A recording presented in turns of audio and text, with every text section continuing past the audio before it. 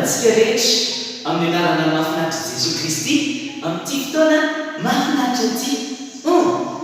Avy nanao fety daholo zao tsika. Inona ny fety voaingana nalatsika teo?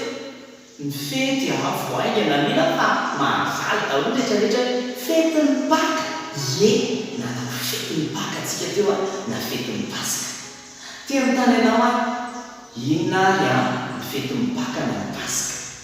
Efa betsaka amintsika mahafantatra fa ny fetin'ny Paka na ny fetin'ny Pasika dia fahatsiarovana nitsanganan'i Jesosy Kristy tany maty. Ary indrindra fahatsiarovana ny famonjena nataon'i Jesosy Kristy teo amin'ny hazo fijaliana mba ho famonjenantsika rehetra. Teo anontany ianao fa maninona kaitsika amin'ny vonjena? Fantatrao hoe fa maninona ianao amin'ny vonjena? Tena mila vonjentsika rehetra satria ny tenin'Andriamanitra dia milaza fa tsy misy marina na dia iray ary sika. Izaho tsy marina, ianao tsy marina, ny olona rehetrarehetra eto ambony tany dia tsy misy marina na dia iray ary ny tenin'Andriamanitra satria mpanota avokoa. Dia mandaika izay miteny hoe marina izy fa tsy misy marina tsika na dia iray azy. Fa maneno tsika ny tsy marina satria mpanota. Ny fahotana mantsy dia mampisaraka antsika amin'Andriamanitra. Ary ny fahotana dia ambara amin'ny Baiboly hoe fa fahafatesana ny tandromita, zany hoe rehefa manota ny olona, rehefa manao zavatra ratsy ny olona dia tafasaraka amin'Andriamanitra. Ary misy sazy ny fahotana dia very mandrakizay any amin'ny afo be.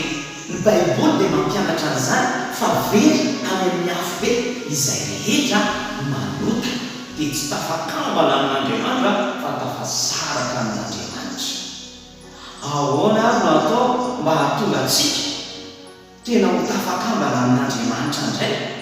Tena marina tsisy nazontsika atao fa misy vahaolana. Dia Jesosy Kristy tonga tety an-tany hamonjy ny olombelona rehetrarehetra amin'ny fahotana.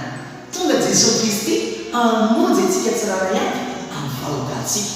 Dia nanino Jesosy? Nanolony teny izy. Nefa Jesosy Kristy izy rery ihany no tsy manota.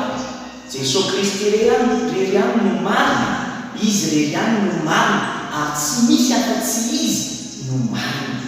Ilay marina hamonjy ny tsy marina. Dia inona nataon'i Jesosy Kristy?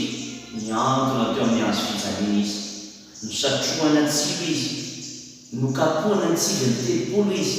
Niatra ny mafy indrindra izy mba ho famonjena antsika. Tena marina dia izao. I Jesosy no nisolo tenantsika. Raha tsika ny tokony saziana dia lasa Jesosy indray no saziana. Nefa tsika ny tokony saziana, tsika ny tokony no saziana satria tsika no manota. Dia Jesosy Kristy indray no saziana teo amin'ny hazo fijaliana, nitondra ny fahotantsika hoy ny tenin'Andriamanitra. Nitondra ny fahotantsika izy mba hahatonga antsika hanana fiainana mandrakizay. Dia nambatsaka ny rano Jesosy no tsatohana lefina ny fony nifatsihana ny tanany nifatsihana ny tonony nokapohana ny tsila ny telopolo izy dia latsaka ny rano mba ho famonjenantsika rehetra. Teo amin'ny tananao rehefa manotika ny tananao dia ataonao lasa ianao miazakazaka igana dia diovina eny amin'ny rano ny tananao na ny savony. Dia tsika rehetra reo zao natory tamin'ny andro fa maninona amin'naraina mbola manasa tarehy. Impiry isaky isam-bolana ianao mandro. Misy ny ankizy miteny hoe isan'andro izy ny mandro, fa misy ny sasany miteny hoe indraindray ihany ny mandro. Mino aho fa tsy madio daholo tsika. Ary rehefa tsy midio tsika, rehefa tsy misasy tsika dia tena maloto. Dia ohatran'izany ihany koa ny fotsika tsy hitantsika maso, fa rehefa manoto tsika dia maloto ny fotsika. Misy loto ao anatin'ny fotsika ao. Maizina ny fotsika rehefa manoto tsika. Izao anefa mino aho fa mba te adio daholo tsika rehetrarehetra reo. Mety madio ny tananao fa ny fonao ve madio? Be dehibe amintsika mitondra ny fahotana hoentina isan'andro isan'andro, hoentin'ny matory ny fahotana. oentiny mandeha ny anarana ny fahotana, oentiny milalao ny fahotana, oentiny mandeha mianatra ny fahotana, nefa ny fahotana dia tadidio fa mampisaraka antsika amin'Andriamanitra. Ahoana nataona teo afaka ny fahotana ianao? Sasana amin'ny rano sy savony ve? Tsy mahafaka ny fahotana ny rano sy ny savony. So dia ianao mieritreritra hoe hihinana savony dia madio ny ao anatin'ny fonao ao. Tsy mampadio fotsika izany, fa androany atelazana anao.